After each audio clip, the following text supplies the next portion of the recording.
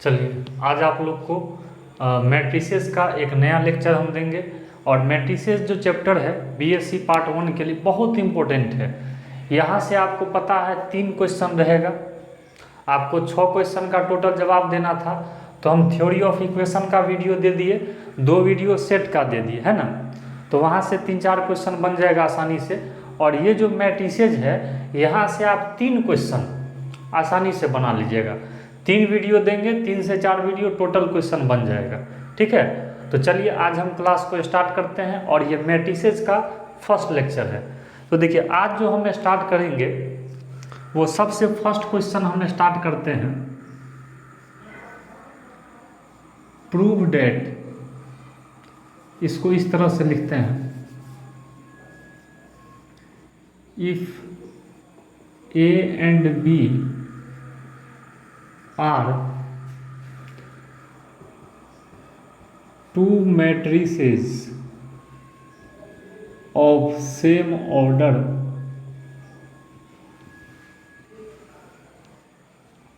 then prove that AB का inverse बराबर B inverse A inverse.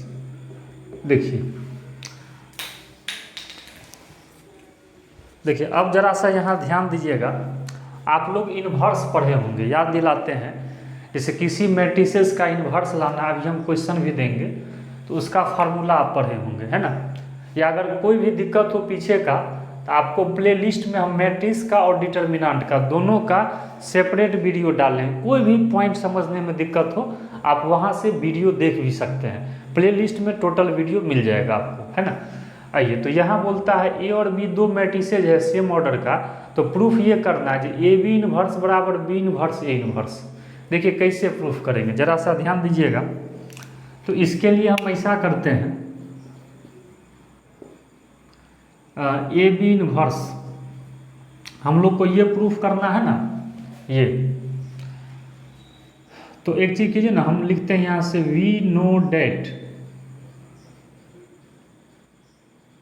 अच्छा, एक चीज़ आपको हम याद दिलाते हैं, या आप लोग जानते भी होंगे। जैसे मान लीजिए कोई मैट्रिसेस है और उसको अगर उसके इन्वर्स से गुना कर देंगे तो ये किसके बराबर हो जाएगा, आई के बराबर। ऐसे भी आप समझ सकते हैं, ए इन्वर्स मतलब जैसे 1 बाय अगर ए किए तो 1 कहने का मतलब क्या है, यहाँ आइडेंटिटी है। समझ लीजिए, ट्रिक हम बताएं तो किसी भी मैट्रिसेस को उसके इन्वर्स से मल्टीप्लाई कीजिएगा तो श्योर है आई आ जाएगा, आइडेंटिटी आ जाएगा। तो ऐसा करें तो मान लीजिए आप लोग कहिए ए बी है, ठीक है, और ए बी का इन्वर्स है। जरा सा ध्यान दीजिएगा। तो ये मान लीजिए ये एक ही मैट्रिक्स है। सपोज डेट ये ए है, ये ए का इन्वर्स है। देखो ये पूरा को ए मान लो समझने के लिए, ये ए का इन्वर्स है, तो गुना करेंगे तो किसके बराबर होगा, आई के बराबर। क्यों ये हम लिख देते हैं, चूंकि आप लोग जानते हैं चूंकि a इंटू ए इन्वर्स बराबर क्या होता है, आई। तो ये पूरा को मान लो हम ए माने हैं, तो a का इन्वर्स से करेंगे तो आई आ जाएगा। ये प्रॉपर्टी आप 12th क्लास में पढ़े होंगे, ठीक है। अब आइए यहाँ से, तो ऐसा करते हैं ना, इसको इससे गुना करना है। देखिए अब लिखते हैं both side pre multiply bye A inverse. देखो अपना मन से हम क्या करते हैं, दोनों साइड प्री ये प्री लिखे हैं। प्री का मतलब पहले, पोस्ट का मतलब बाद में, है ना। तो ए इन्वर्स से दोनों साइड गुना कर देते हैं पहले, लेकिन पहले गुना करेंगे। तो ए इन्वर्स है, ये आपका ए बी है, ये आपका ए बी का इन्वर्स। इस साइड भी करना है पहले, तो ए इन्वर्स इंटू आई। अब यहाँ से बताइए, ए इन्वर्स को ए से करेंगे। देखिए तो ए को ए इन्वर्स से कीजिए, ए इन्वर्स को ए से कीजिए, वो तो आइडेंटिटी आएगा। तो जैसे इसको अगर इससे हम करेंगे, जैसे यहाँ से इसको जैसे हम ऐसे लिख लिए, है ना। अब बी ये है, मतलब ये दोनों को एक साथ कर लिए, इसको रहने दी। बताइए किसी मैट्रिक्स को आई से करेंगे तब तो वही मैट्रिक्स आ जाएगा, ये भी आप पढ़े हैं। तो बताइए ए इन्वर्स गुने ये आइडेंटिटी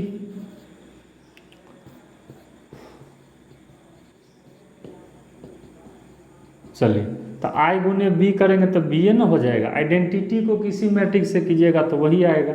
ये भी आप पढ़े हैं, यही यहाँ भी हम लिखे हैं, यहाँ पे लिख देते हैं चूँकि आप पढ़े हैं। ए इंटू आई, किसी मैट्रिक्स को आई से करते हैं तो वही आता है। अब ऐसा कीजिए ना, बी गुने आई बी ए ना होगा। अब लिखते हैं बोथ साइड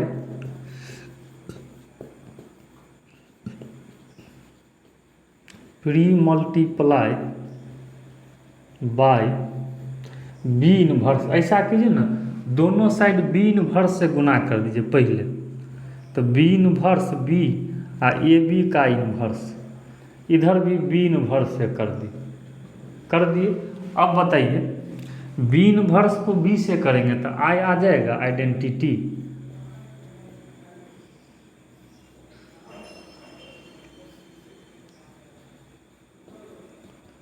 ये है बी इनवर्स ए इनवर्स। तो अब ये बताइए, यहाँ से आई से इसको गुना करेंगे तो फर्क नहीं पड़ेगा, वही मैट्रिसेज हो जाएगा। तो ए बी का इनवर्स बराबर क्या आ गया, बी इनवर्स ए इनवर्स। तो यही क्या करना था, प्रूफ। ठीक है, तो ये क्वेश्चन पूछा गया है, ये क्वेश्चन आपको ध्यान रखना है, ये आपका प्रीवियस ईयर का पूछा गया क्वेश्चन है। ठीक है, तो आप इस तरह से देखिए, बहुत बुक अलग तरह से बनाता है, लेकिन हम जो ये तरीका दिए हैं बहुत सिंपल है, और शायद आप देखिएगा तो याद भी हो जाएगा। तो ये क्वेश्चन बहुत बार यूनिवर्सिटी एग्जाम में पूछा गया है। आइए अब हम आगे बढ़ेंगे।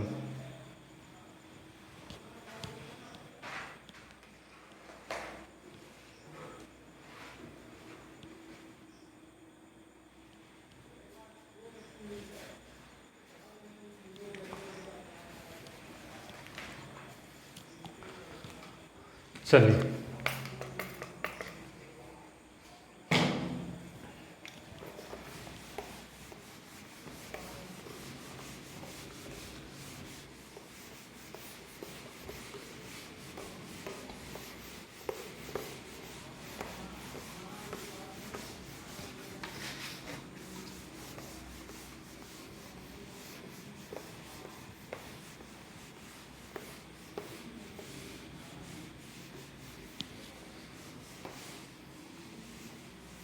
चलो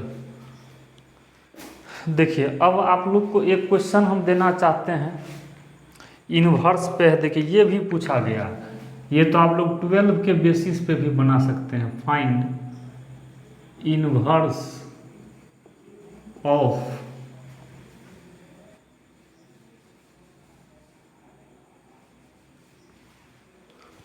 देख लीजिए, find inverse of matrix A बराबर 1 2 3 3 4 5 6 7 9। ध्यान दीजिए, इसका इनवर्स लाना है। चलिए कोई दिक्कत नहीं।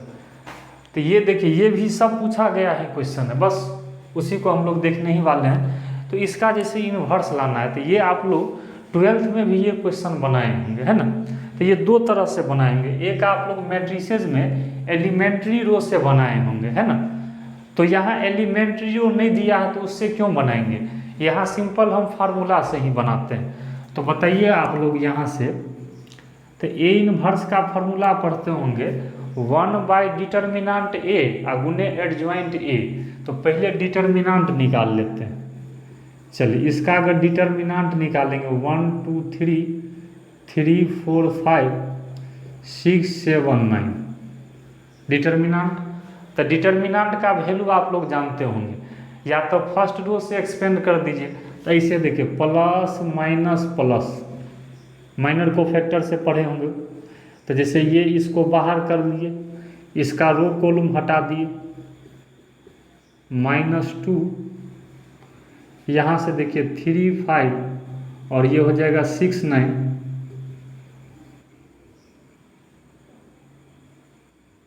थ्री 4, ये हो जाएगा 6 7। अब यहाँ से बताइए, 9 चौक हो गया 36, 7 पंचे 35, 9 तिये 27, 6 पंचे 30 और 7 तिये 21, 6 चौक 24।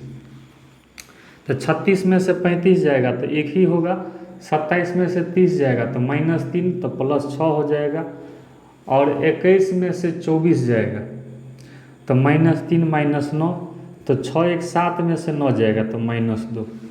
इसका मतलब देखिए डिटर्मिनेंट का वैल्यू निकल गया, कितना आ गया -2। इसका मतलब इन्वर्स एग्जिस्ट कर जाएगा। अब हम क्या करते हैं सुनिएगा, अब यहाँ से एडजॉइंट लाना पड़ेगा। तो एडजॉइंट क्या होता है याद कीजिए, तो कोफैक्टर का ट्रांसपोज होता है, ठीक है। तो अब हम यहाँ पर एडजॉइंट निकालेंगे, ठीक है। आप लोग देखिए,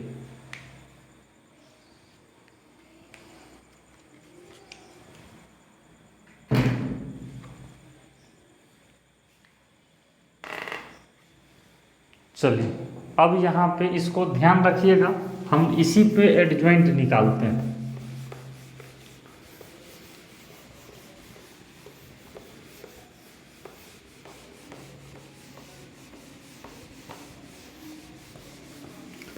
अब बताइए एडजॉइंट लाने के लिए कोफैक्टर लाना होगा, है ना। तो कोफैक्टर के लिए लिख देते हैं 4 एडजॉइंट यहाँ लिख देते हैं। एडजॉइंट निकालना है तो कोफैक्टर ले, जैसे A11 लइए तो फर्स्ट रो और फर्स्ट कॉलम हटा देंगे, है ना। तो कितना होगा 4 5 और 7 9, तो 9 चौक 36 और -7 5 35। एक कोफैक्टर को कैपिटल ए से, अच्छा ये देखिए 1 2 को जोड़िएगा 3 3 तो ऑड होता है, तो ऑड होता है तो एक माइनस देते हैं। देखो जोड़ने पे इवन आएगा तब तो वैसे ही छोड़ देंगे, लेकिन इस दोनों को जोड़ने पे ऑड आएगा कोफैक्टर में तो एक माइनस देते हैं। प्रॉब्लम हो तो प्लेलिस्ट में वीडियो होगा कोफैक्टर का, डिटर्मिनेंट के प्लेलिस्ट में जाना तो मिल जाएगा, ठीक है। कोई भी दिक्कत हो मैट्रिक्स और डिटर्मिनेंट दोनों के प्लेलिस्ट में खोजना, उस टॉपिक को सब मिल जाएगा, कंसेप्ट क्लियर हो जाएगा। फर्स्ट रो हटाइए, सेकेंड कॉलम, तो 3 5 6 9, तो 9 3 27 और 6 5 30, 27 में से 30 जाएगा तो -3 तो ये +3 आ गया। A13 निकाल लेते हैं, तो फर्स्ट रो थर्ड कॉलम 3 4 6 7, तो 7 3 21 और 6 चौक 24, तो 21 में से 24 जाएगा तो -3।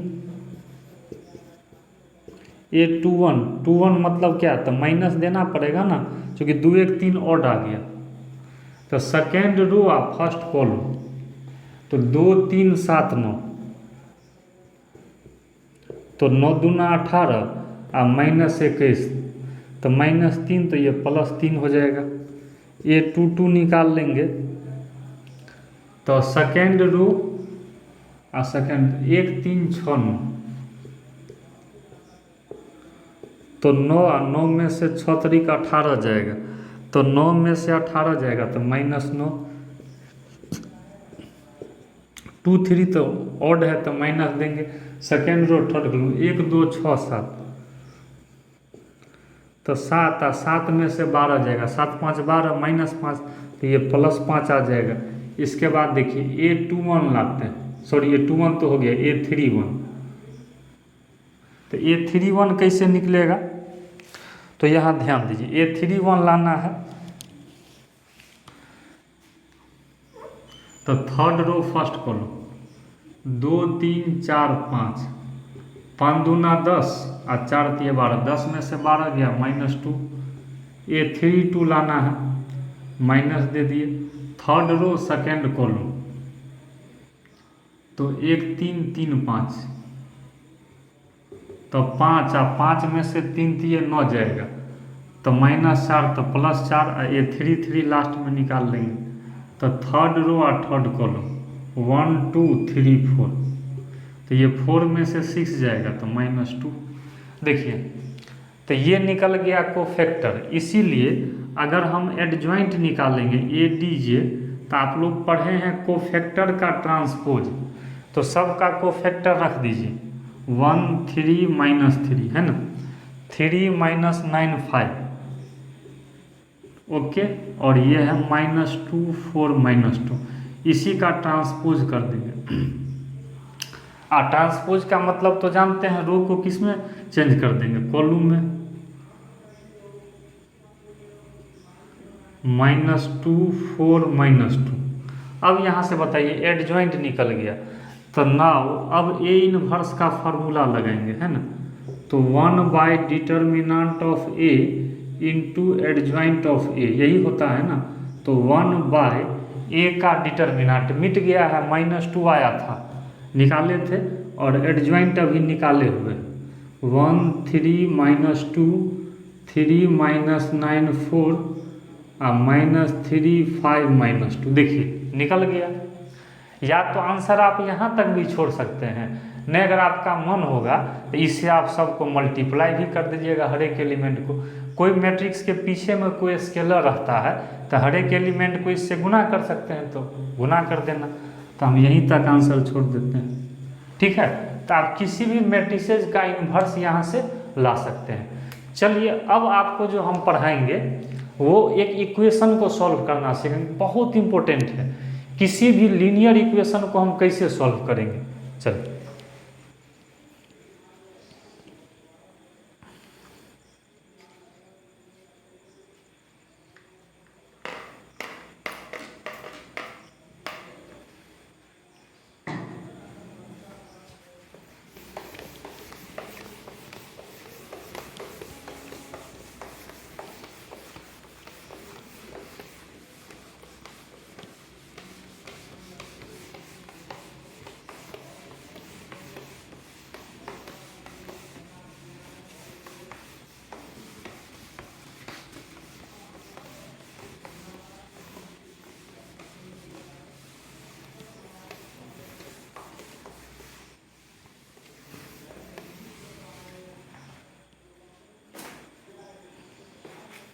चलो अच्छा, पहले थ्योरी हम पढ़ाते हैं।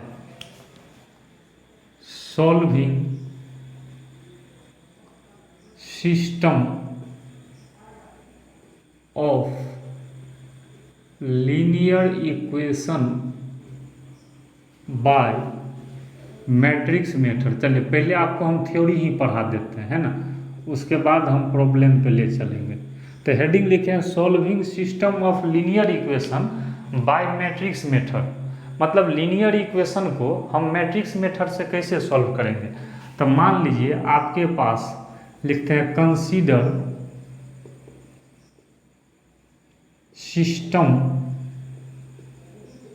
ऑफ लीनियर इक्वेशन इज, मान लीजिए जैसे दिया हुआ है a1x b1y प्लस c1z बराबर d1, a2x b2y c2z बराबर d2, a3x b3y c3z बराबर d3। देखिए ये दिया गया है, ठीक है।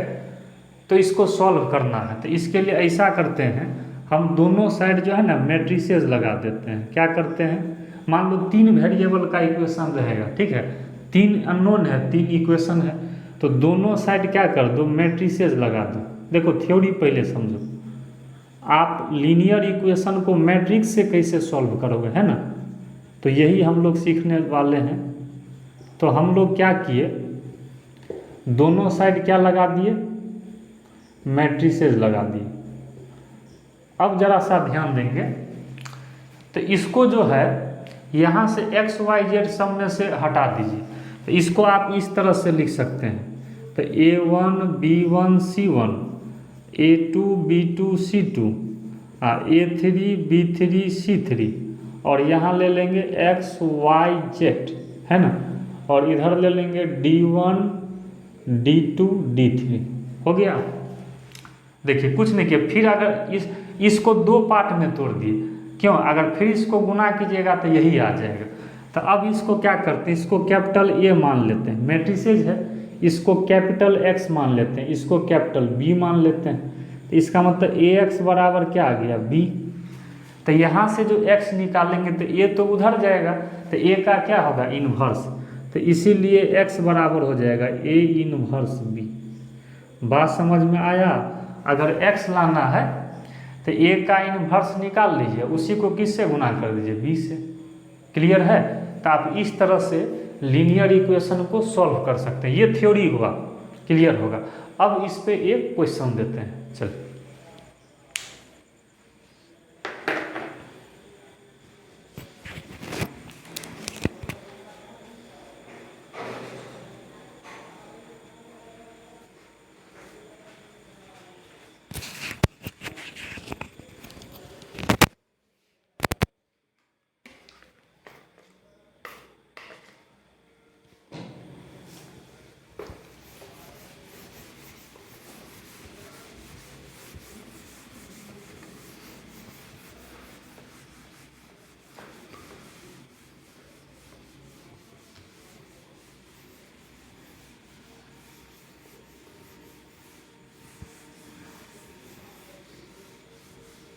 चलिए अब आते हैं एक क्वेश्चन पे, हम लोग जरा सा आप लोग इसको देखेंगे।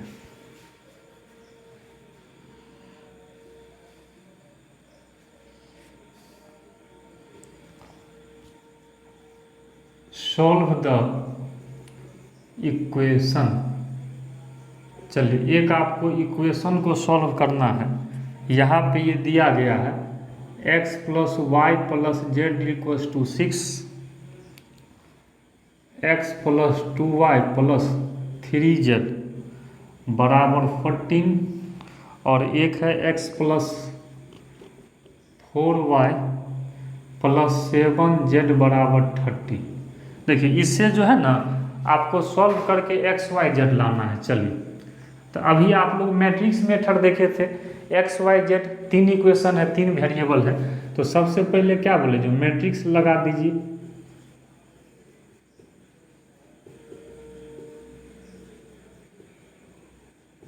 ठीक है, 4z है, सॉरी 7z। देख लीजिए x plus 2y plus x plus 4y बराबर ये है 6, 14 है, ये 30। अब ऐसा कि ना इसको 2 पार्ट में तोड़ दीजिए।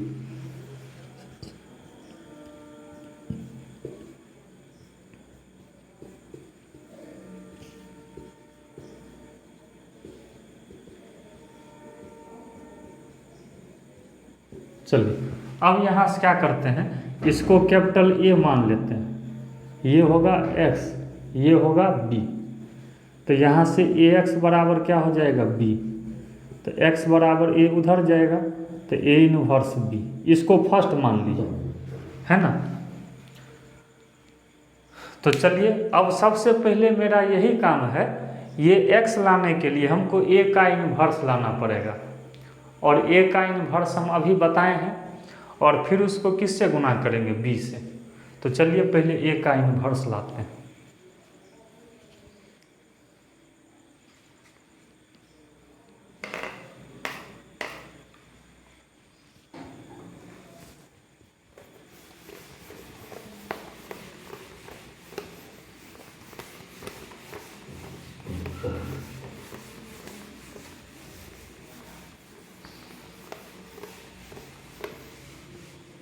चलिए अब यहाँ से a का इनवर्स हम लोग लाने का कोशिश करेंगे, है ना। तो a का इनवर्स के लिए सबसे पहले a का डिटर्मिनेंट लेंगे, है ना। तो a अभी मिट गया है, a देख लीजिए क्या था। देखिए तो ऐसा करते हैं ना, फर्स्ट रो से ही एक्सपेंड कर देते हैं।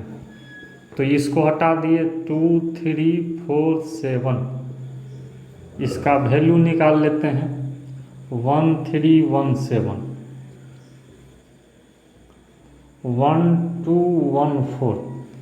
अब यहाँ से बताइए 7 दूना 14, और 14 में से 12 जाएगा तो 2, ये हो जाएगा सीधे करने। 7 में से 3 जाएगा तो 4, और वो 4 में से 2 जाएगा तो 2 हो जाएगा। 4 में से 2 जाएगा तो कितना हो जाएगा, 2। तो 2 2 कितना आ गया, 4। इसका मतलब देखिए, तो जब बताइए, जब डिटर्मिनेंट का ही वैल्यू 0 आ गया तो क्या इसका इनवर्स एग्जिस्ट करेगा, तो नहीं करेगा। क्यों, चूंकि डिटर्मिनेंट ही 0 आ गया। तो लिखते हैं सो ए इनवर्स, यहाँ लिखते हैं here A inverse does not exist. चूँकि इनवर्स अगर 0 हो गया तो कभी भी एग्जिस्ट करेगा नहीं करेगा। तो इसका मतलब ये हो जाएगा इनकंसिस्टेंट। क्या हो जाएगा? इनकंसिस्टेंट। जो आप लोग पढ़ते होंगे 11th-12th में भी वीडियो डाले भी होंगे। तो ये इनकंसिस्टेंट, जिसका सॉल्यूशन एग्जिस्ट नहीं करे वो इनकंसिस्टेंट। ठीक है, ऐसे इस टाइप के इक्वेशन को बनाने का एक अलग तरीका है, उसको भी हम एक वीडियो में आपको बता देंगे। ठीक है, चलिए।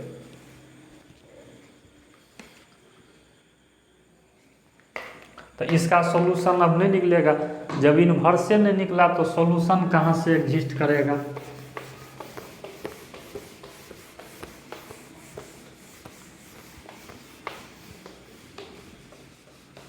चलिए, इसके बदला में जो है हम क्वेश्चन थोड़ा सा आपको बदल देते हैं। जिसका सॉल्यूशन एग्जिस्ट करेगा वही हम देते हैं।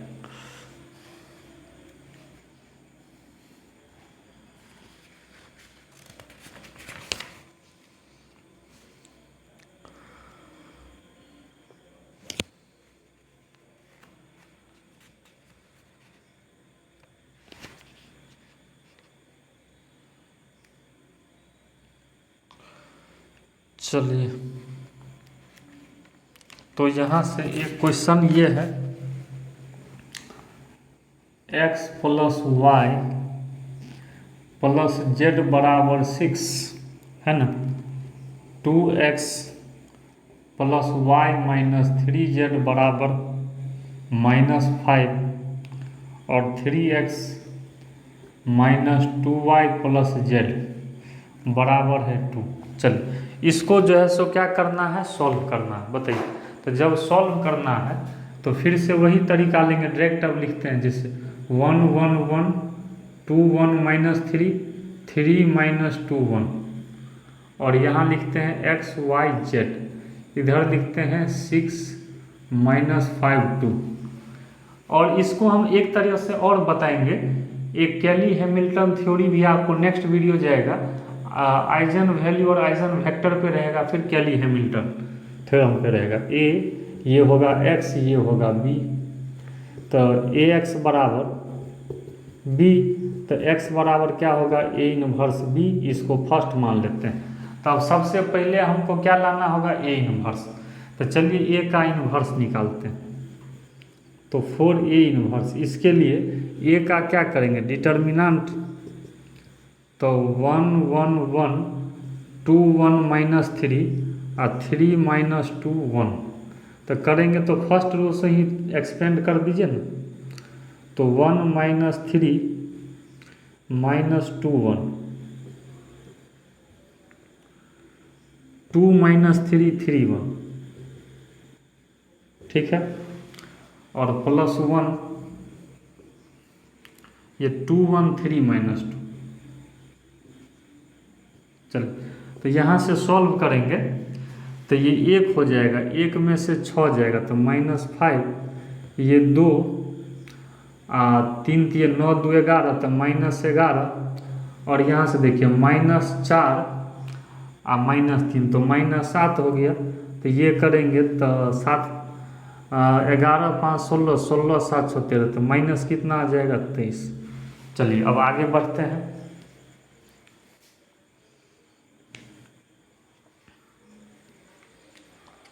अब जो है एडजॉइंट तो लाना ही पड़ेगा। चलिए, अब एडजॉइंट पे हम लोग फोकस करेंगे।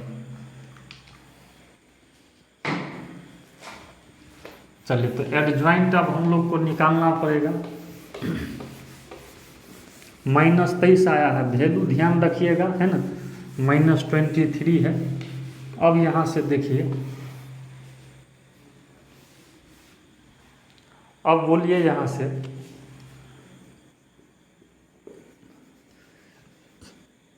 A11 को फैक्टर लाते हैं तो मिट गया है। ए यही ना था, यहाँ लिख देते हैं समझने के लिए। ए मिट गया, ये था 1 1 1 2 1 -3 3 - 2 1, यही था। चलिए, A11 मतलब फर्स्ट रो और फर्स्ट कॉलम, तो 1 - 3 - 2 1, तो 1 में से 6 जाएगा, -5। A12 लाएंगे तो निगेटिव हो जाएगा, है ना। तो फर्स्ट रो सेकेंड कॉलम, 2 - 3 3 1, 2 और 3 3 9, 9 2 11, तो -11। ये 1 3 लाएंगे तो 1 3, तो फर्स्ट रो थर्ड कॉलम 2 1 3 -2, तो -4 -3 -7। ये 2 1 निकालेंगे तो पहले माइनस दे देंगे, कोफैक्टर है। सेकेंड रो फर्स्ट कॉलम 1 1 -2 1, 1 और 2 3, तो -3 आ गया। ये 2 2 निकालेंगे तो सेकेंड रो सेकेंड कॉलम, तो 1 1 3 1 1 1 3 1, तो ये भी -2 आ गया। ये 2 3 निकालेंगे तो माइनस ले लिए। सेकेंड रो तो 1 1 3 -2, तो -2 और -3, तो -5, तो ये +5 आ जाएगा। इसके बाद ये 3 1, ये 3 1 थर्ड रो 1 1 1 -3, तो -4। ये 3 2 निगेटिव हो जाएगा। थर्ड रो और सेकेंड कॉलम, थर्ड रो और सेकेंड, तो 1 1 2 -3, तो -3 और -2 -5, तो +5, और ये 3 3 लास्ट में, तो थर्ड रो 1 1 2 तो आ जाएगा -1। देखिए अब यहाँ से हम लोग तो एडजॉइंट ला सकते हैं, इसीलिए ADJ, तो कोफैक्टर का ट्रांसपोज, तो कोफैक्टर यही ना निकला, -5 -11 -7 -3 -2 5 -4 5 -1, इसका ट्रांसपोज। और ट्रांसपोज का मतलब क्या, रो को किस में चेंज करेंगे, कॉलम में।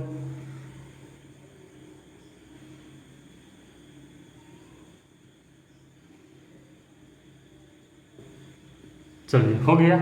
अब यहाँ से बताइए इसी, तो अब A इनवर्स अगर लाएंगे तो A इनवर्स का क्या फॉर्मूला, 1/डिटर्मिनेंट A गुने एडजॉइंट A, यही ना होता है। तो डिटर्मिनेंट -23 था, मिट गया है, और एडजॉइंट अभी निकला है।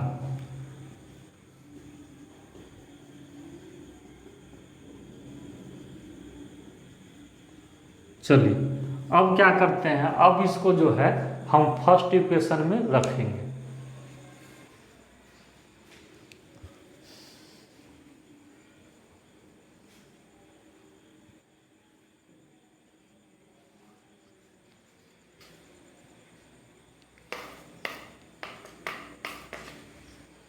चलिए अब इसको हम लोग फर्स्ट इक्वेशन में डाल देंगे, है ना।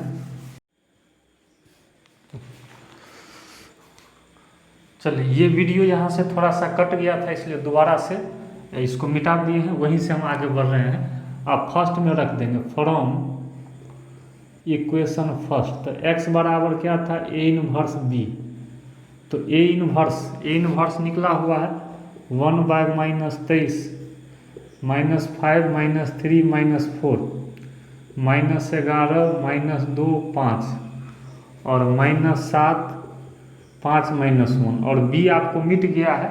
B देखिएगा शुरू में माने थे हम क्वेश्चन में 6 - 5 2।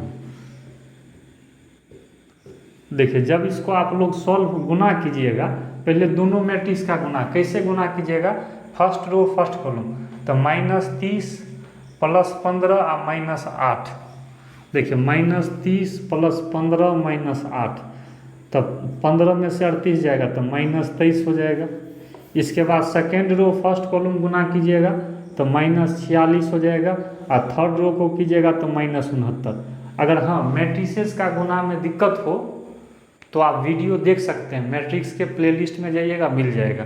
मतलब फर्स्ट रो को फर्स्ट कॉलम से ये किए, सेकेंड रो को फर्स्ट कॉलम से करने पे ये आया, थर्ड रो को फर्स्ट कॉलम से ये आया। अब इससे गुना कर देंगे तो ये 1 हो जाएगा, 23 दूना 46, 33 69, और इसको मिटा देते हैं। अब यहाँ से बताइए, तो कैपिटल X किसको माने थे, मिट गया है x y z। तो बताइए जब दो मैट्रिक्स बराबर है तो x1 आ गया, कोरेस्पॉन्डिंग एलिमेंट सेम होगा, y किसके बराबर 2 और z किसके बराबर 3। देखिए x y z निकल गया। चलिए अब एक क्वेश्चन आप लोग को होमवर्क के लिए देते हैं, सॉल्व द इक्वेशन। आइए एक घर के लिए आपका क्वेश्चन है, आप लोग बना करके, ठीक है, और आंसर सभी स्टूडेंट कमेंट जरूर कीजिएगा। और अगर सही से बनाइएगा, प्रोसेस ठीक रहेगा तो आंसर मिलेगा ही मिलेगा। आंसर के लिए टेंशन नहीं लेना है, एकदम प्रोसेस से बनाइएगा। 2x + y - z = 0, ठीक है। ये क्वेश्चन हो गया। x + y + z = 9, ये 2x + 5y + 7z = इतना, और ये तो इसका आंसर आप लोग कमेंट कीजिएगा। तो आज का लेक्चर यहीं तक। नेक्स्ट वीडियो में आप लोग को हम आइजन वैल्यू और आइजन वेक्टर बताएंगे, और उसी पे एक सबसे इम्पोर्टेंट थ्योरम है कैली हैमिल्टन थ्योरम। मैट्रिसेस में बार बार उससे क्वेश्चन रहता है। तो चलिए अगले वीडियो में मिलेंगे तो उसका डिस्कस करेंगे, ठीक है। तो इसको आप लोग देख लीजिएगा। Okay, thank you.